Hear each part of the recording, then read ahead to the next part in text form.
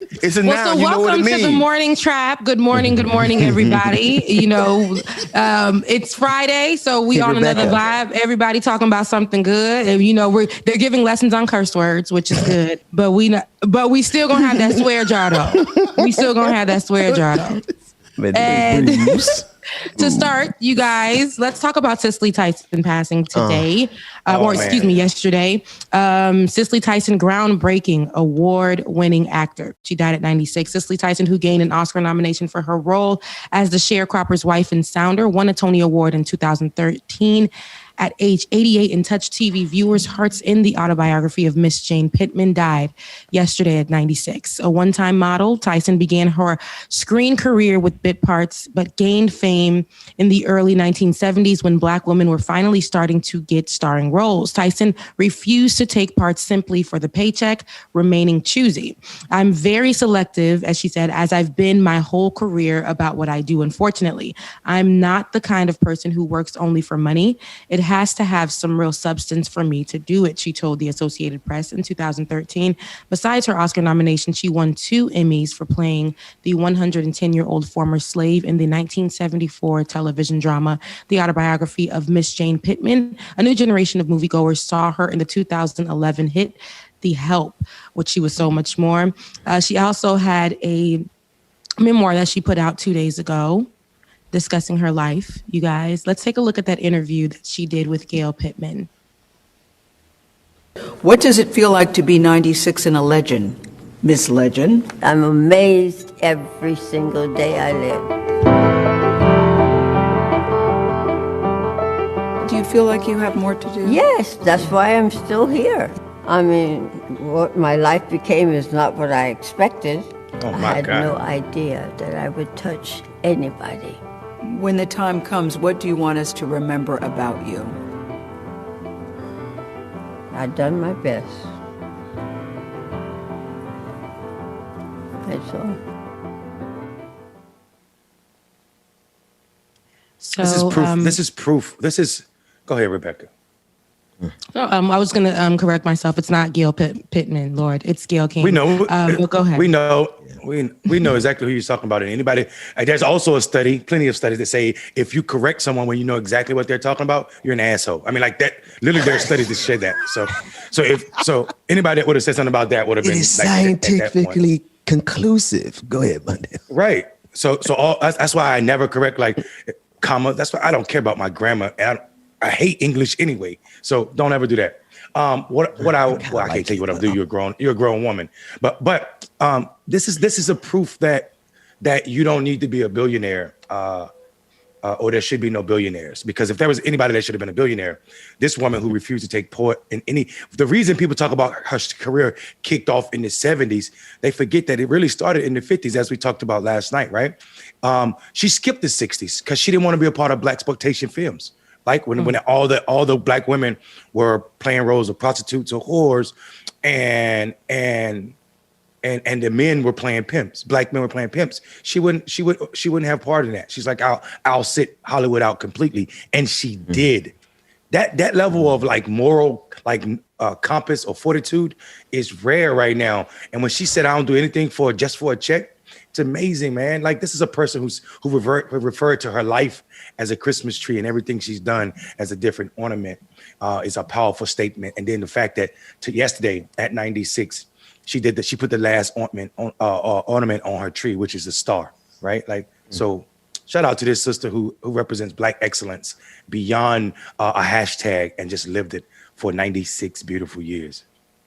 Yeah, all the best movies. Hoodlum, Why Did I Get Married To? You know what I'm talking about? Like The Help, of course. I'm going down the list of them. She played on I Spy, the television show. Like she played in Gunsmoke, the country western. You know what I mean? The Bill Cosby Show of the 70s, right? I mean, if you go the autobiography of Miss Jane Pittman, Roots. She was in Roots. Don't forget that one right there. She did Saturday night. She had her own night. She hosted Saturday Night Live. A lot of people don't know that. So, when you think about this woman's career, she's been in it, and as Ben said last night, and I'm gonna steal your thunder, she made us think Tyler Perry was cool again. Yeah, he did. Somebody said Tyler Perry should pay for her funeral. Well, I'm certain her estate can pay for her funeral. Yeah. Tyler, listen, like what we can't do is discount what Tyler Perry means to. No. That was just a joke. They were just joking. That was just in a joke. They were saying. No. Because I just gotta say this. He get all sensitive about Tyler Perry. Ain't nobody talking bad about Tyler Perry. Marcus ain't lying. I don't like Tyler Perry as a person. Listen. Because he's anti-union, so he deserves to be criticized for that. But like the amount of black. Tyler Perry made more black millionaires than all of Hollywood since his existence in his short career. So I'm gonna throw that out there. So like he has a problem with workers and unions, and the fact that he's finally starting to open up to the idea that he needs writers and producers, black writers and producers, shows that he, like the dude is selfish indeed. But I mean, my mom loves Tyler Perry, so I have to make sure that when she's watching this show, because yesterday she put a comment, I didn't even see it. Tam told me about it. So my mama is serious about Tyler Perry. I love you, mama. I like the Aaron McGregor version of Tyler Perry, but continue, Mondale. Continue, Rebecca. Sorry about that. Okay, so Ben, hold off a little bit. So I wanted to go ahead and actually talk about a moment where I felt really, really, really touched by Ceciley Tyson. So, of course, I've seen her in the movies and things like that. And, we've always connected with her as the mother on television or the strong black character, female character on television, whether it was on How to Get Away with Murder, or we saw her in the Tyler Perry shows or movies. It was this song by India Ari. And India, it's called Break the Shell. So I listened to it a lot. It got me through a really bad time in depression. But every time I would listen to the song, I'm like, okay, I know India, she older than me or whatever the case may be, but this song is so wise. And then she broke down where the song came from. And she was saying it was a conversation from her and Ceciley Tyson. And the part of the song, I'm just going to have to sing it. And you guys don't mind me. But she says, stay tuned, it's an exclusive. Time to break the shell. Life's gonna hurt, but it's meant to be felt. You cannot touch the sky from inside yourself. You cannot fly until you break the shell. And that really, really, like, I used to listen to those lyrics and be like, who told her that? That is deep as hell.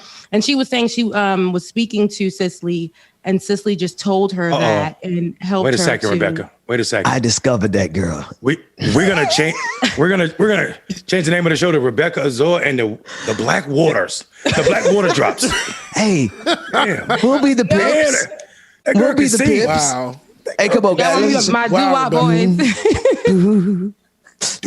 But that song though, it's like she has transcended so many generations, and she doesn't even know that her words are gonna go on forever and ever and ever and ever. Yeah. And the way that it touched me, not knowing that it was from her, but just knowing that somebody that is so wise said this, and helped me get through depression. So she's, RIP, but she's lived her life at 96. It's not like we are mourning her, but we're just like, man, a legend is gone. We're celebrating. She has definitely lived her life. We are celebrating Queen Mother. Yeah. I was 10 years old when the Women of Brewster Place came on TV. Y'all remember that? Oh my gosh! That movie changed our life. That music at the beginning of that movie, it was amazing. It was melancholy. What year were you born, Rebecca? 2002. Wait, did she say she didn't know it? She said she wasn't 1990. born. Oh yeah, it came. Yeah, you definitely round. Oh yeah. So it was 1989. I wasn't thought of yet. Okay. Yeah, that and Bustin' Loose. Bustin' Loose was one of my favorite movies, y'all. Like, Jesus, I could watch that movie like all the time. I think Marcus liked that one too.